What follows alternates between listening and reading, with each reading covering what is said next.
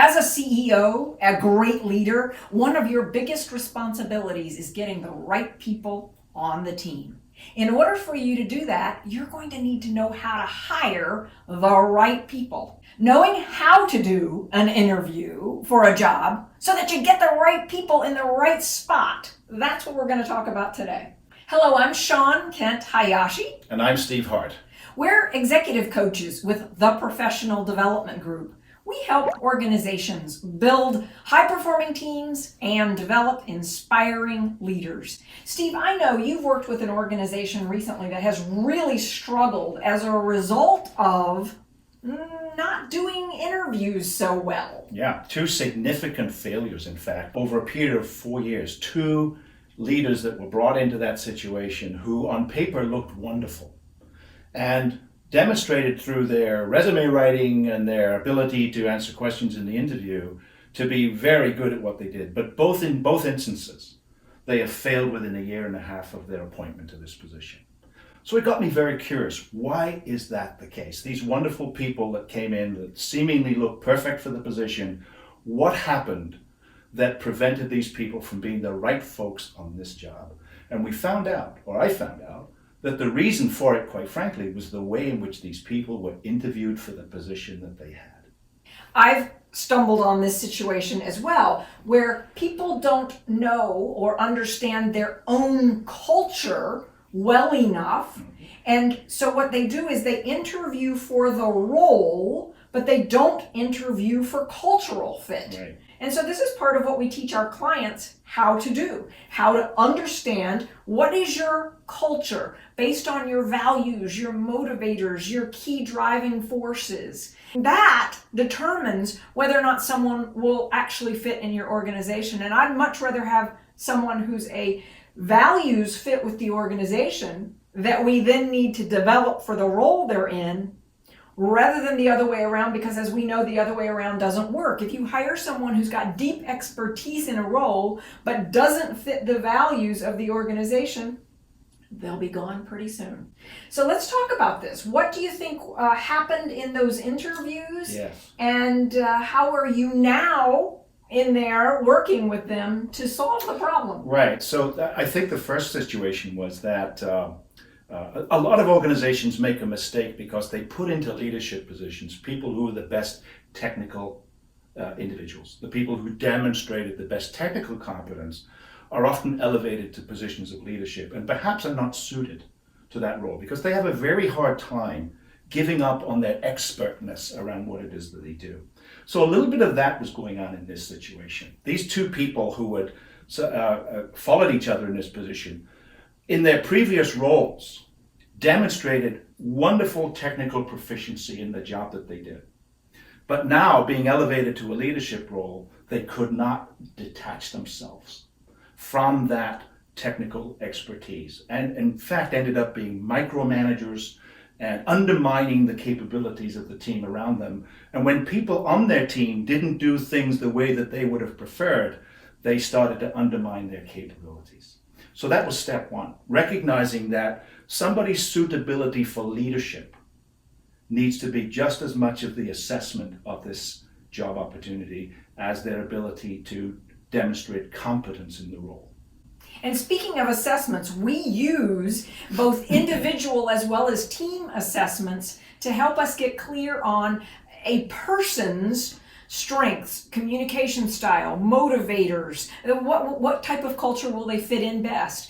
And when we look at a team, we can then see what will this team's motivational values culture be. And you can very clearly see who will fit and who will not fit. Now, the other thing that our assessment enables us to do is look to see, does someone have the drive, the motivators, the values to be a leader? There is a motivational profile that enables someone to be willing to do what it takes to lead. And when we put people into leadership roles and they don't have the motivation to do that, we wind up with a mess on a team. One of the aspects about an individual that causes them to be a high-performing leader is that they have a value around what we call the individualistic, the willing to step up, direct, lead, willing to have their voice be heard in a unique way. And when someone has this motivator, they'll be happy being developed for leadership roles. But when someone does not have that motivator, better to leave them in the role as the expert rather than put them in a leadership role. But let's go back to interviewing now and what happens in the actual interview that helps us to determine whether or not someone is a good fit for the organization. I think one of the things that we don't go deep enough in the interview situation is really using what I would call a behavioral style interview technique, right? Where you're asking people for deeper levels of insight based upon their experience, their values, and their philosophy of life, of how they might lead other people in certain situations. So I think it's important for an interview panel to get together before the interview takes place, understand exactly what are the requirements of this job in this leadership role, and be able to formulate questions that get to the heart of the behavioral sets that are required for the successful accomplishment in this leadership role. And this is why one of the services that we offer our clients is doing a job benchmark and then helping to craft the questions that need to be asked in the phone screen, in the first interview, in panel interviews, and we help our clients lay out what the interview sequence needs to be in order to get that right person in the role. But as you said, it really all begins with understanding what are the key accountabilities? What will cause someone to be successful in the role? What are the actual actions that they will take? The competencies, the skills, the know-how, the network perhaps that they need to have walking in the door. Right.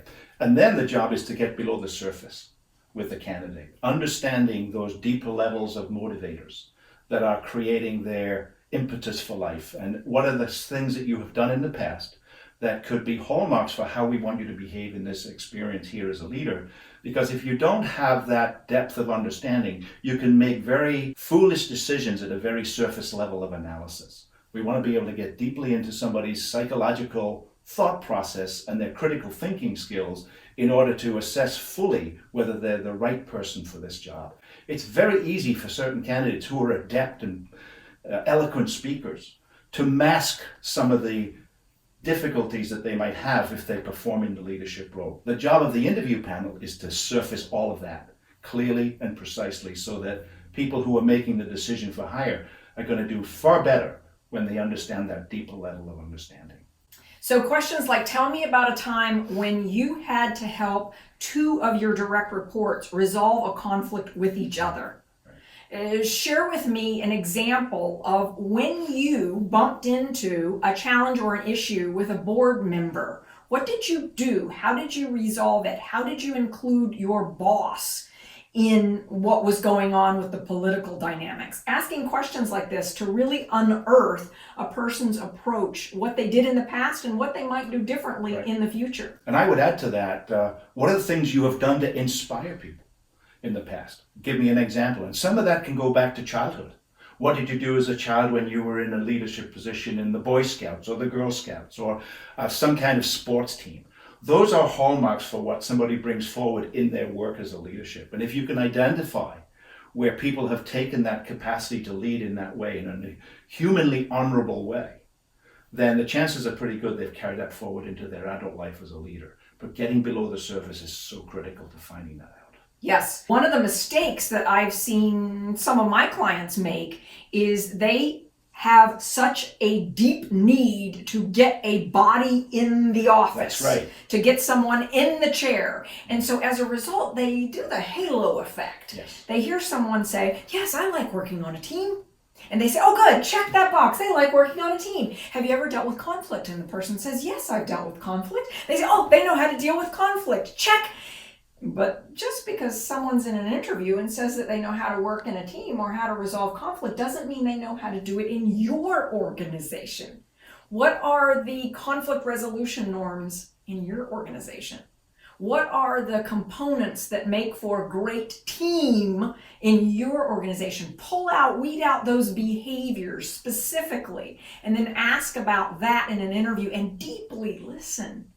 Again, if we've got that halo on and we're wanting to make this the person so that we can get the body in the seat quickly, we're going to make a mistake. I've seen it way too many times. And again, this is where we often come in and help. I was brought into an organization where they had 3 people in a role, and every year for the last 3 years there had been turnover. Clearly, they were not hiring correctly. We started off with a job benchmark. We discovered that there was actually conflict among some of the leaders about what they wanted from the successful candidate in this role. And we also discovered that they weren't asking the people who were going to be the key stakeholders for their input up front into buy-in for who the right candidate was. So as a result, we designed a phone screen process that looked at what are the price of admission skills and abilities. And then we set up an interview first with me, then an interview with the hiring manager, then an interview with the panel, the key stakeholders. Then we have people come back to the next round of interviews where they're now demonstrating based on their portfolio, based on their experience, bringing perhaps email memos, something that they've done, showing, demonstrating the specific ways in which they would be able to perform in the position. And I would strongly advocate the panel interview, right? You assemble people who have a real stake in the outcome and the success of the individual you're about to hire in your team. And one way to do is to give everybody on that interview panel a specific role. Give somebody the opportunity to check around certain cultural aspects, somebody else who sort of gets into the work history, somebody else who gets into the inspiring aspects of a leader, somebody else who talks about the things you discussed earlier about where have you resolved conflict, so that everybody on the interview panel has a specific role to play. And you can use the direction and the structure of that interview process to get the fully rounded experience of the candidate. And then we pull all those key stakeholders together again, and we have them debrief each of the candidates. What were the pros and cons, so that they can hear each other's perspective. So by the time we're making the offer to the candidate who gets the job, we know, and the team knows, this is the right person. It also enables me, when I'm serving in this way with a client, it enables me to explain to the candidate why we know they're a great fit for the role and why we know they're going to be able to be successful long-term in this role, because we've done our due diligence up front. As our gift to you, we have a list of the questions that are best used in an interview. If you'd like a copy, click the link below. If you would like help in overseeing an interview process in your organization, you'll find a link below where you can schedule a call with us, and we look forward to talking with you. Thank you for joining us today. We look forward to seeing you in the next video.